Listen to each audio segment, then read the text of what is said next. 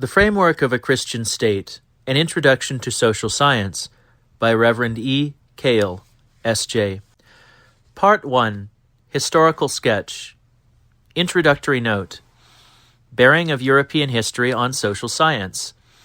The purpose of civil society is to secure for the people the peaceful enjoyment of their rights, and to promote morality, enlightenment, and sufficient material prosperity among all classes.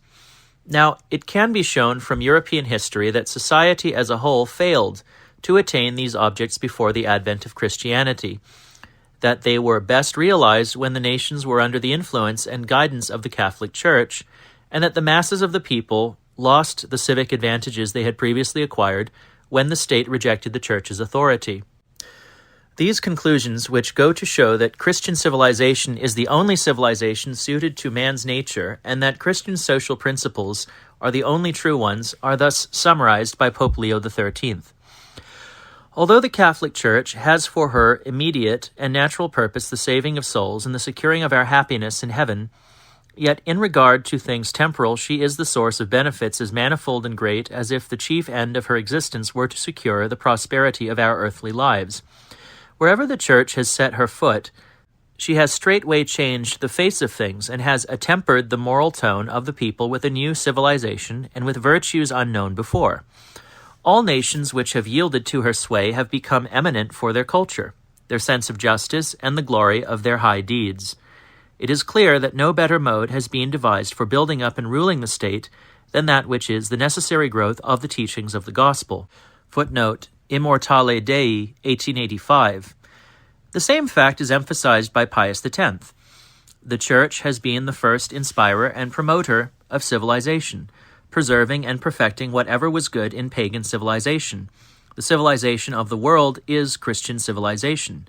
The more frankly Christian it is, so much is it the more true, more lasting, and more productive of precious fruit. The more it withdraws from the Christian ideal, so much the feebler is it to the great detriment of society. Il Fermo Proposito, June 1905. It is not, of course, claimed that there is an exact and uniform correlation between the Catholic faith of the people and their social welfare. It has been truly said that not everything on earth went wrong before the Incarnation, nor has everything gone right since. Still truer is it that a Christian regime cannot and in practice does not exclude all defects and abuses, nor does a non-Christian regime necessarily imply the absence of all things that are praiseworthy and desirable. Social welfare is not the aim, but only an ordinary and natural consequence of true religion, and this consequence may be prevented from becoming actual through 1,000 intervening causes. It is only when one considers the whole history of European civilization that one is persuaded that, for all the most precious elements of that civilization, we are indebted to the Catholic Church. Division of the subject. To deal adequately with so vast a theme is beyond our scope. It will be sufficient for our purpose to touch only on the main headings. We shall therefore first indicate briefly the principal features of social life in Europe during each of the following periods. A. The early Roman Empire, viz., the first 3 centuries A.D., when the European nations of the empire had attained their highest development in non-Christian civilization, and before the influence of Christianity was yet much felt in public life. Chapter 1. B. The beginning of the 5th century A.D., when Christian principles and Christian teaching had largely permeated the laws and institutions as well as the social life of the Roman Empire, and previous to the political and social upheaval caused by the Teutonic invasions. Chapter 2. C. The early Middle Ages, viz., the period from the 6th to the end of the 11th century, when the Church had to undertake afresh the work of molding the new barbarian nations to the principles and practice of Christian civilization. Chapter 3. D. The period lying between the 12th and the 15th centuries, which is the golden age of Christian domination in Europe. As this period exemplifies Christian ideals in social life better than any other period of European history, we shall treat it at greater length. Chapters 4 to 7.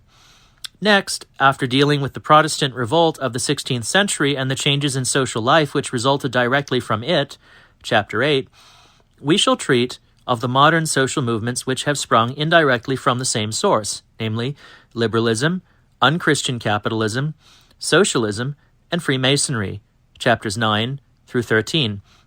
Finally, after outlining the main social problems commonly called the social question to which these movements have given rise, we shall conclude our survey with a brief sketch of the modern Catholic social movement, chapters 14 and 15. Chapter 1. Pagan Society in the Early Roman Empire. The Roman Empire. In the first centuries of the Christian era, the Empire of Rome included most of the known world. It extended from the Euphrates to the Atlantic, from Britain to northern Africa, and from the Rhine and Danube to the Red Sea. Over all that vast area, the institutions, customs, and at least in the western half of the empire, even the language of Rome prevailed. The social customs and the moral views of the people, which were practically the same over the whole empire, were a fusion of Grecian civilization and ideals with those of the earlier Roman Republic. Pagan social principles. From the Christian and pagan writings of the period, scholars are quite familiar with the main features of social life in the early Roman Empire. Men centered their whole happiness in selfish gratification and mostly in sensual pleasure. Their moral code, which was founded upon the philosophy of Plato and Aristotle, rested upon the same worship of self. Its principles included contempt for the weak and hatred for one's enemies. Human dignity and personality as such were not recognized. It was formally admitted that the weaker members of society, such as women and slaves, were intended by nature for the utility of the strong, just as in the Christian law it is a principle that the lower animals are ordained for the benefit of man. Footnote.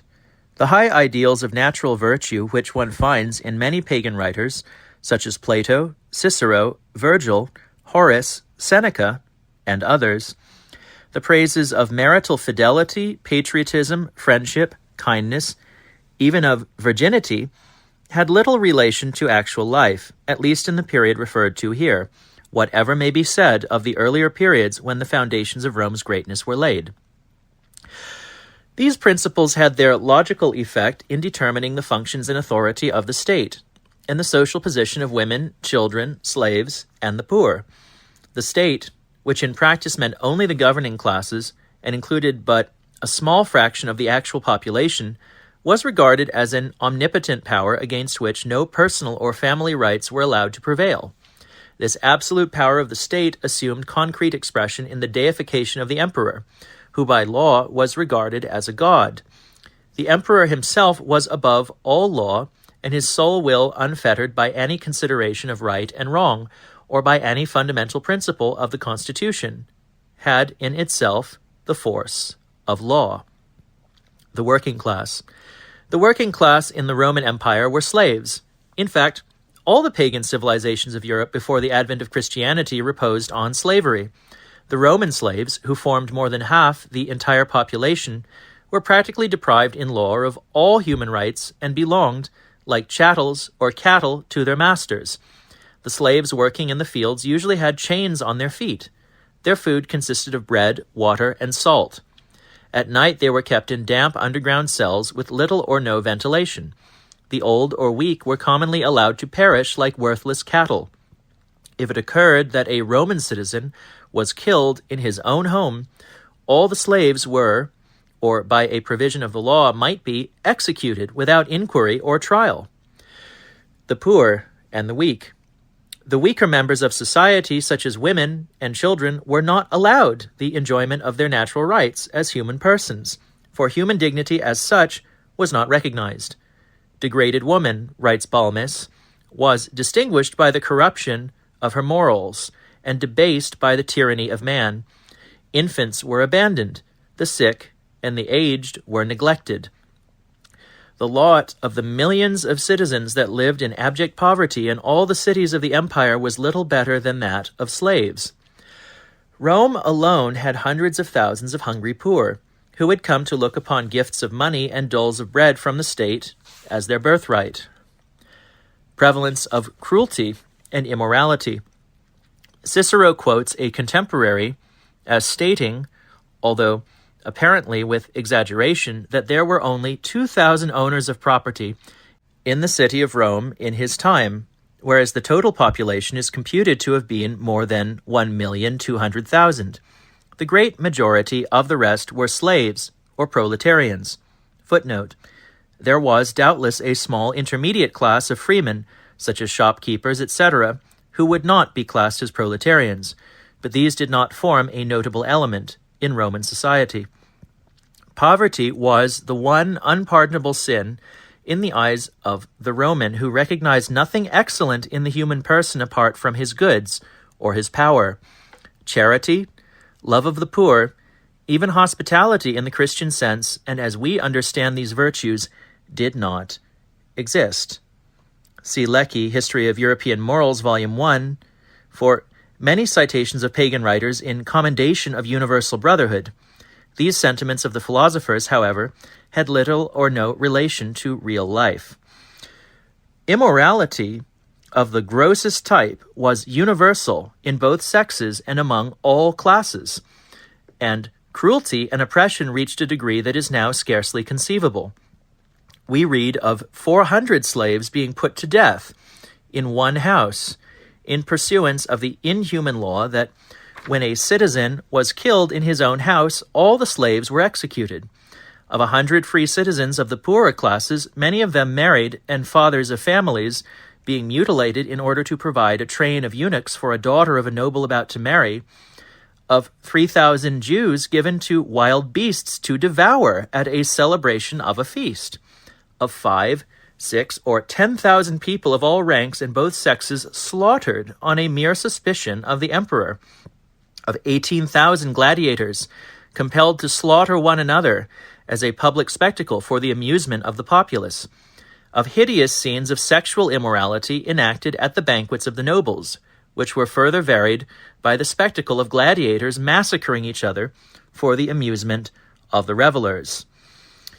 In a word, the horrors of life in the pre-Christian Roman Empire are inconceivable even in the neo-pagan immoral world of today.